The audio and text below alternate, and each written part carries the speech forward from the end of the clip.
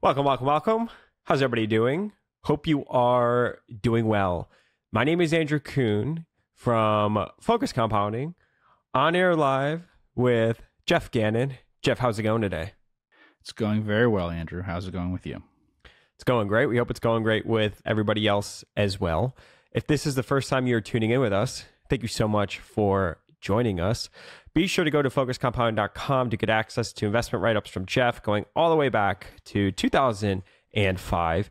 If you're interested in learning about our money management services, you can click the Invest With Us tab right here, and you will get all the information you will want to learn about our money management services. Of course, if you want to start that conversation and go a little bit deeper, you can reach out to me at andrew@focuscompounding.com.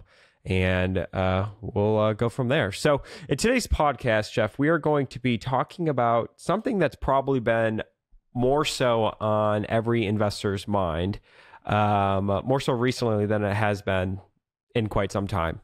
And that is analyzing prior peaks at companies and really deciphering if, the present company you're looking at is going to be able to surpass that past peak that company probably either achieved through COVID or prior to COVID, if it was more of an entertainment-based business, companies like that got hurt through COVID. So obviously, it's something that we think a lot about on the podcast as we're going, and in our own investing as we're going through and valuing these companies. A lot of times what you'll do when we do pull up a company on QuickFS and you sort of just do a back of the envelope approach to it is you'll take a 3-year average, for example, of like net income or free cash flow and kind of get to a valuation like that. But as you're going through and looking at a bunch of different companies, I just want to hear how you're sort of thinking about prior peaks that a company made, how you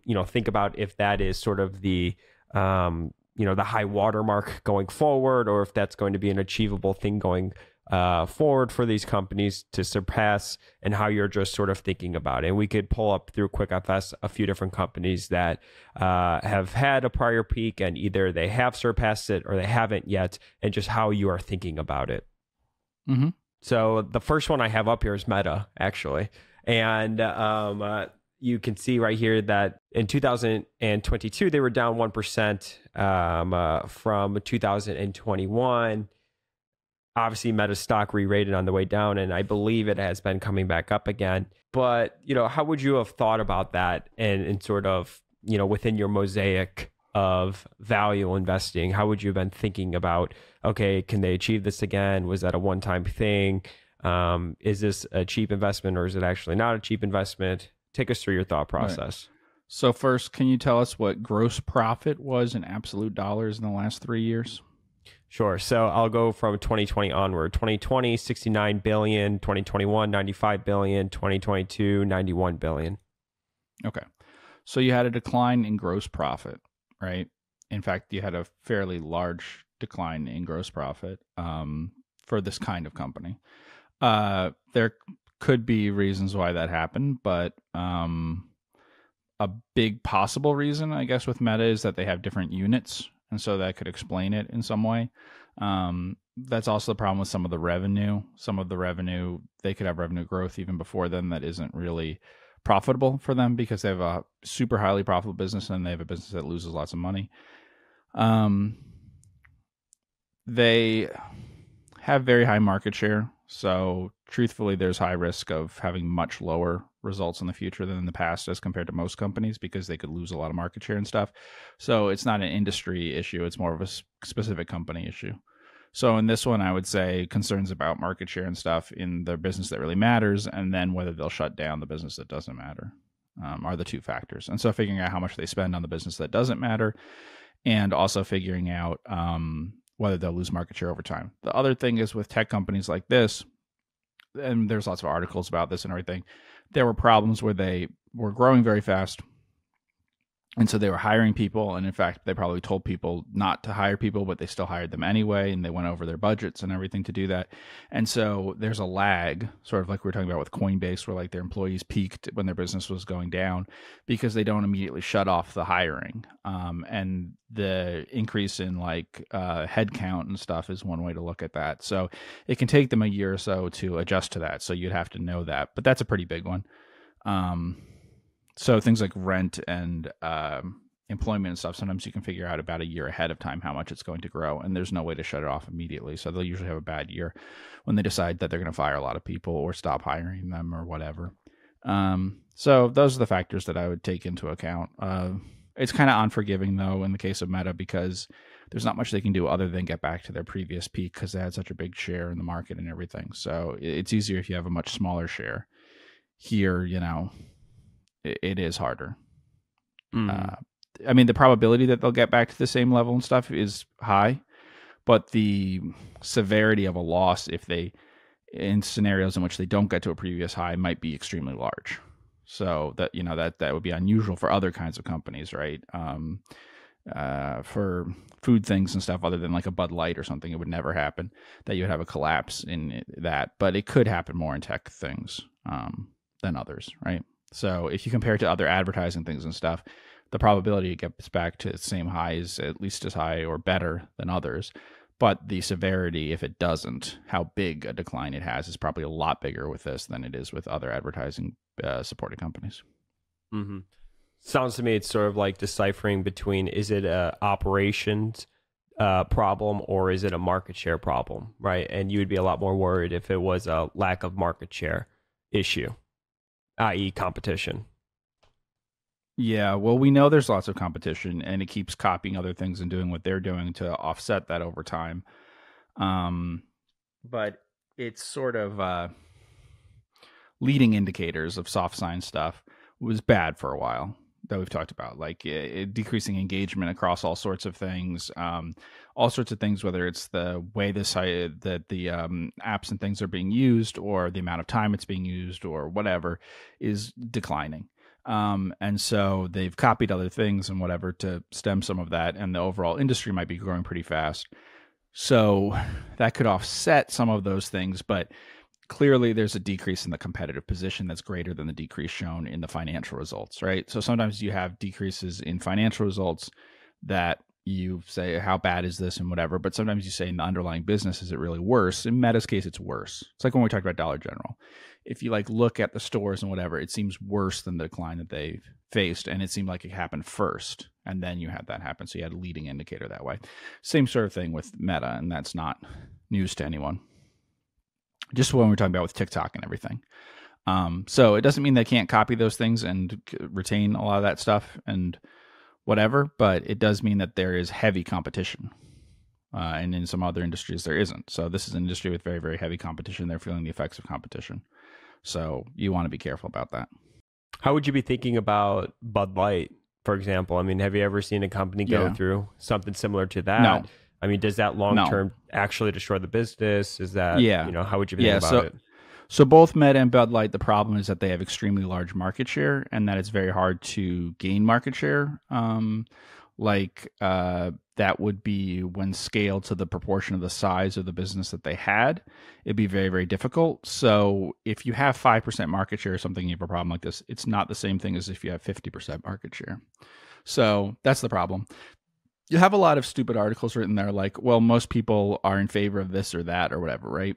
As if 55% of people like it if your brand does this and 45% don't, then you're not harming yourself. But actually, if you are a very popular brand, then you cause serious harm to yourself. If you're not a very popular brand, you wouldn't. You could actually benefit by taking these kinds of, doing these kinds of marketing things and stuff and this kinds of controversy and stuff if you're a very small brand. If you're Virgin Cola competing with Coca-Cola, having even things that are not popular associated with your brand, but getting a lot of attention to it would grow your market share. But if you're very big, it's bad. And so that's the problem that both Bud Light and Facebook and Meta, through all their apps face.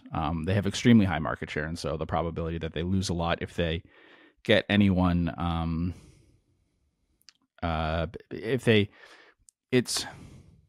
they'll lose market share over time. Yeah. Both of them won't end up. I mean, I don't know if they'll get back to their prior peaks in terms of revenue for all these things. I don't think Bud Light will ever, but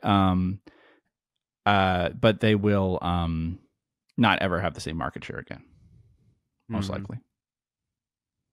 Mm-hmm. Let's go over Six Flags, right? So prior peak being 2021 during COVID, most entertainment outdoor things. Obviously, we're incredibly busy. How would you be looking at Six Flags Entertainment as it sits here today? The world is opened up again. Movie theaters are open. There's more options for people to go and spend money. Yeah, how would you be thinking about it? So Six Flags is a special case, as is Meta and stuff, because things that you don't see in the financial statements. It's important to look at that. And in this case, we know what their strategy is, and the strategy has changed. So what they want to do is have much lower attendance, actual number of people going through the gate, and make more money. So they want to increase their EBITDA to $700 million a year, and they want to do that with lower attendance than they had before in the previous peak. And so it's just a question of how they can achieve that, how they achieve that with a different model. And when we talked about the company before, I said, no, I'd stay on the sidelines waiting to see what happens, because when you change a lot of pricing things and whatever, you're going to have a lot of that sort of problem, that you have rapid change in something that normally didn't rapidly change. So like Bud Light that way, right? So normally didn't change, then it rapidly changes. You want to be careful about what just happened. Six Flags is the same thing. They try to change to be a less value-oriented company, and to be more trying to attract people who will have higher spending per head while they're in the park, who might attend less often but have more profitable mix for them over time and all of that. And that's going to upset a lot of people. So it's part of their strategy to have a negative reaction to some extent from some of their fans and stuff. But then it requires getting it from other people, right, to offset that. So, it's like when we talked about the JCPenney, right, trying to make changes that way, where they wanted to switch more from the sense that things were constantly on sale to different, you could say more premium, but more everyday, closer to the list prices are closer to realistic prices. And so that kind of pivot is the same sort of thing that you're seeing here at Six Flags.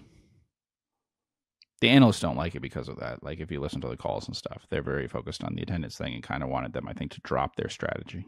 Would you be interested in Six Flags at these levels and just everything that you know about their strategy going forward and the changes that they're implementing? Maybe. It's the right strategy.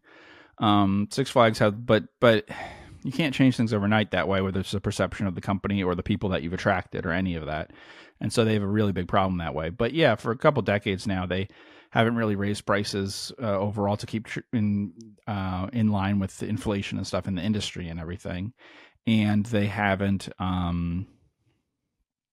they've done a lot of things that leads to a lot of inefficiencies and waste, and to a less desirable kind of product. So a cheaper product, but a product that involves longer waits and bad food and overcrowding and all that kind of stuff, which is the result of having things bundled in a way that you have unlimited amounts of this kind of stuff, or selling season passes instead of selling individual tickets and all of that. You prioritize that kind of thing and you get a certain kind of audience, and switching it so that you can have fewer people making you more money makes a lot of sense. Six Flags is fairly cheap compared to the amount of people that go to Six Flags. So if you look at the actual number of people in millions and stuff who go to Six Flags each year, and you compare it to what the company's prices and everything, how big a stock it is, it looks very attractive that way. But do they have the wrong segment of the population? Right? I mean, what matters is the profit pool and stuff, not just the amount of revenue that you could get off of something. If you have all the sorts of part of the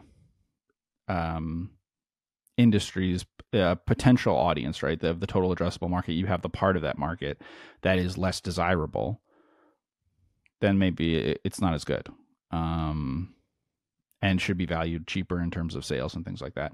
But they have a strategy for what the goal is 2025 and the amounts that they set and everything, and that's what they're kind of pursuing. And there's some signs of changes that they've made, but there's also sometimes signs that maybe they pivoted back from that a little bit. I think it's half Like and half. what? I think they're maybe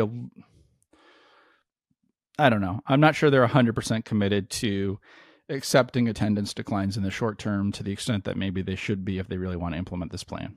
But, and I think part of that might be just that the focus of analysts and stuff and covering the company and things. I do think that might be a bit of an issue. Them covering it, the news about it and stuff. There's certainly a focus on attendance that maybe it's best not to have too much focus on. Rather than to have a focus on how they achieve the EBITDA goals that they have and what that means. And so it could be, here's the level of CapEx that we have, here's the level of advertising we have versus here's the amount of revenue that we bring in associated with that and stuff.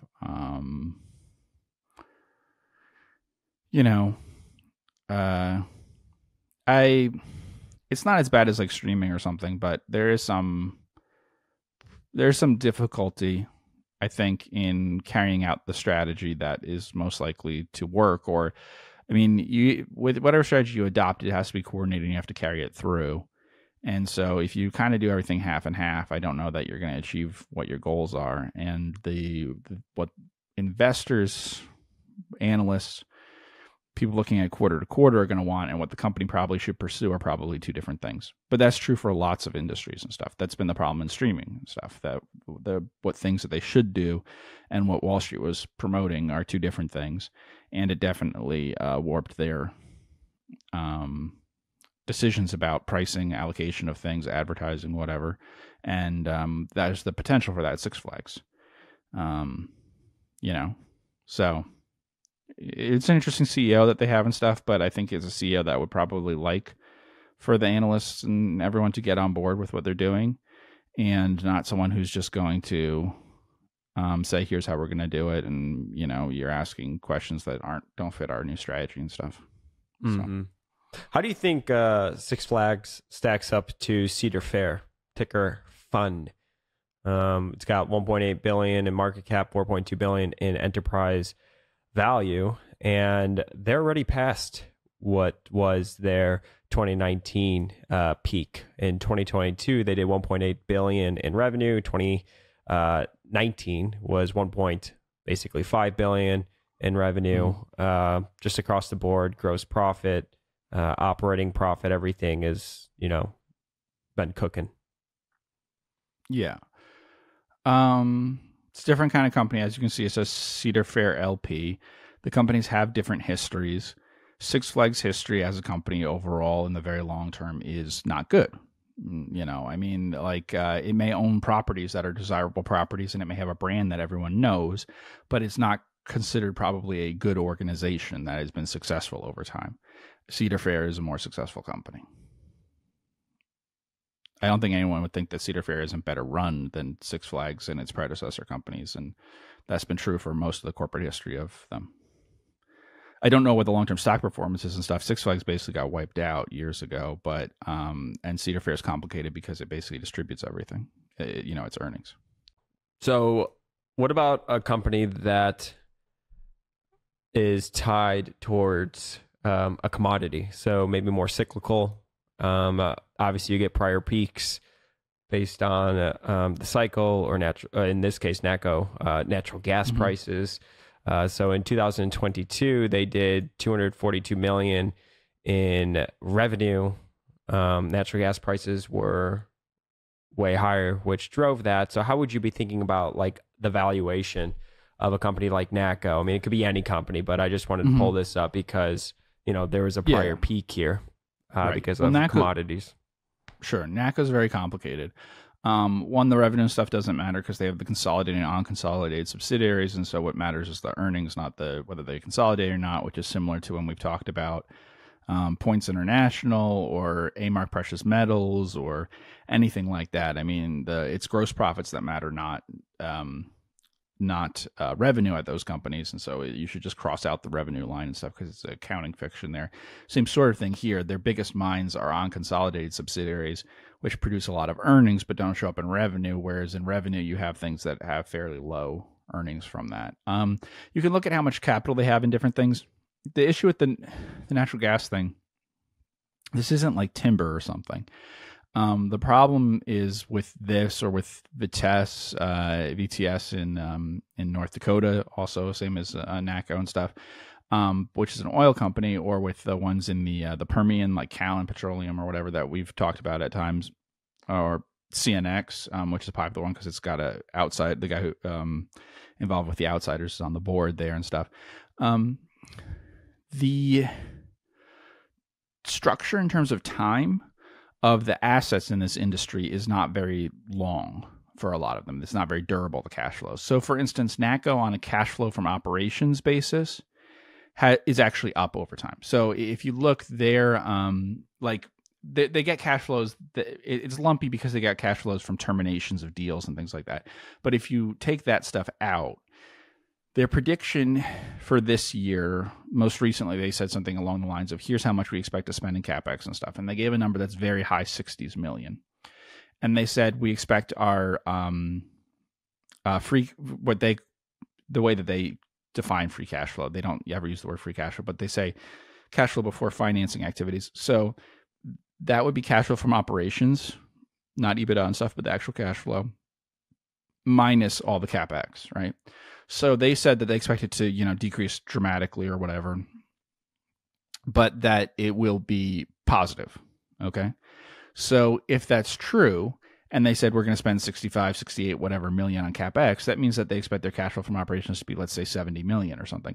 That's all. I mean, what they're saying is it's like $10 a share. It's like a very high number. But the problem is that cash flow from operations, while it has stayed the same or gone up over time, basically, is that the structure of it has changed. So if you had these big mines that theoretically could produce for coal plants for 20, 30 years at that level, and you've taken some of that money and reinvested it into contracts for the mining of aggregates and stuff, that might be fine. Like the lithium mine might eventually have a similar economics, both in terms of the profits it makes and the time of how long it lasts, as a coal mine. But shale oil doesn't. It should be worth a much, much lower multiple, because to generate cash flow, from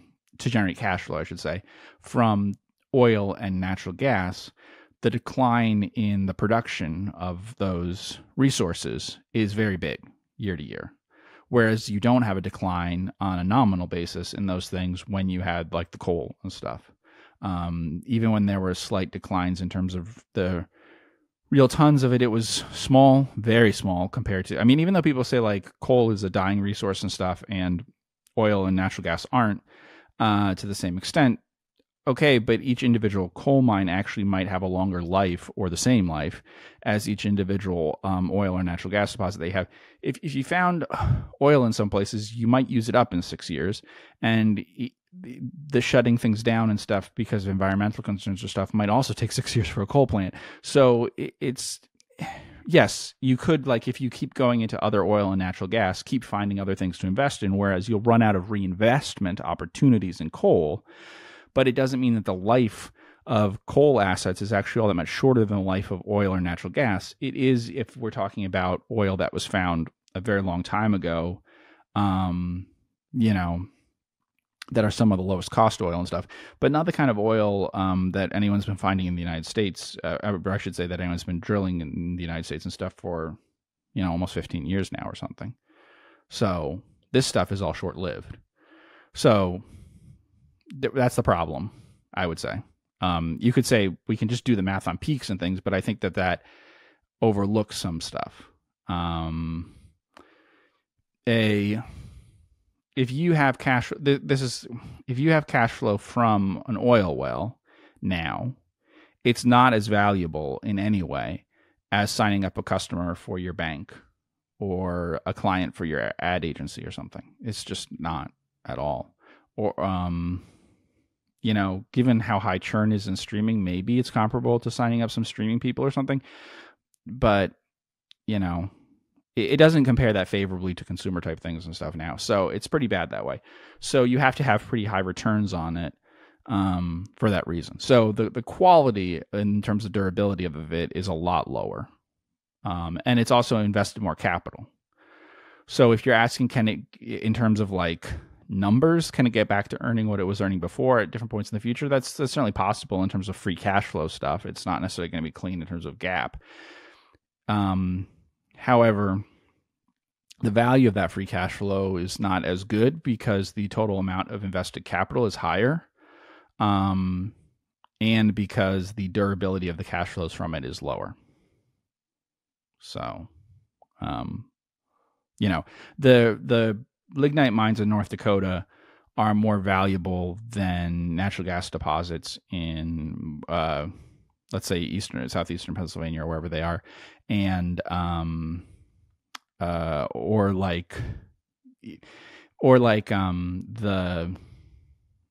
oil, even in other places too, the Permian and stuff. I mean, we're not talking about it lasting that long, but even when we're talking about cases with the aggregate stuff, the investment in the number of drag lines and stuff that they're financing instead of their customer financing is high. And even the lithium thing, they're basically fronting the customer money for several years.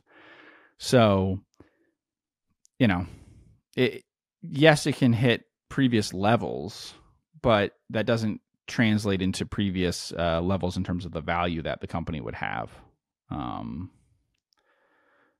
It's like if McDonald's had to buy out all their franchisees and stuff, yeah, they'd surpass their revenue that they ever had, but the business wouldn't be as good. The actual earnings quality. Yeah, they'd use a lot of capital to do it and all of that. So, I mean, or we could say banks, right? Banks can get back to the level that they were before the financial crisis, but big banks will never again earn the same returns on equity and stuff because they won't be allowed to work their balance sheet as hard that way. So like big banks won't hit prior peaks in terms of return on equity and stuff. Now Frost might hit its prior peak in return on equity and stuff, but JP Morgan and Citigroup and whatever, they will never hit those levels that they had before the crisis. Mm. So I guess it's really just understanding the quality of earnings, right? And if you surpass that prior peak, comparing and contrasting then till now and trying to think about it from that perspective. I think a good model for people to think about is the market share one, right? Like, have they actually lost market share? And a lot of that would be because of competition. And that's something that would worry you versus, were they able to increase earnings or get back to prior peak earnings because of an operational issue that needed to be fixed. And that's something that happened, below the gross profit line as opposed to above it. Yeah, I think when we're talking about NACA, we're talking about something that's like Berkshire Hathaway. Sure, peak earnings and whatever. I mean, we can talk about it, but the company's different every 10 years and stuff. And so, Berkshire might have exceeded what the textile mills did in its good period at some point 10 years later or something. It peaked above that, but the earnings then were all from insurance and some profits in a securities portfolio or owning a bank or whatever. Like it had changed what the company was. The amount of capital that's been reallocated at NACCO is incredible. I mean, since the spinoff, basically the amount of money that's come back to the company, like been retained. And, if you cumulatively just add up their earnings and stuff, they've basically spun off at a price that's less than or equal to what they cumulatively earned and put back into the business in the years since. So like if it spun off literally like 22 or something, but it quickly went to like 32. So if you're saying how long did it take them to reinvest $35 per share in the business, they basically hit that already. So if you're saying like, I just want to buy something on day one that will have all of that reinvested 5 to 7 years later or something, they've completely redone that. Now, some stuff did go into a mine that they already had, the one consolidated mine that they had that required that, and that will drop off. But most of the other stuff went into things that are different. So it's true that much of the free cash flow, or some of the free cash flow, is still from the same thing that it was when it was spun off. But really, it is not that similar a company. And it looks radically different when you project out what the next few years will be than it was before. So just because it has a name and a ticker symbol and a stock price that all look the same as they were, say, 7 years ago or something, doesn't mean that the company in any way is that similar. You can just get balance sheets from each time, whatever. It is a radically different company. Much of the money that has been put into it has been put into it recently because it's generated a lot of cash to be reinvested in the business during that time period. Now, a lot of it just went into cash that sits on the balance sheet, right? So that's a huge part of it. But they've put at least as much into other things too. So if you go to the annual one for that, you could see some of what I mean, I think. Okay. So if you look, there's some things that you can notice. So like you can see how large the cash item is, right? 111 million. And you can also see the easiest one is just go to the income statement because it should give you, income statement or the key ratios, I guess, also gives you the earnings per share. But it'll give you the actual amount of, there you go. So the earnings per share, right? So if you see the earnings per share, since it's spun off, right? So you can see when revenue drops to 100 something, that's when the spinoff happens for this calculation. It's not exactly when the spinoff happened for the dates. But if you add up those dollars, what were the earnings per share each year from 2015 on? $3.13, $4.32, $4.41, $5, $5.66, $2.10, $6.69, $10.06, $4.39. Yeah. So think about that. The company doesn't pay a lot out in dividends, and it certainly doesn't buy back any stock.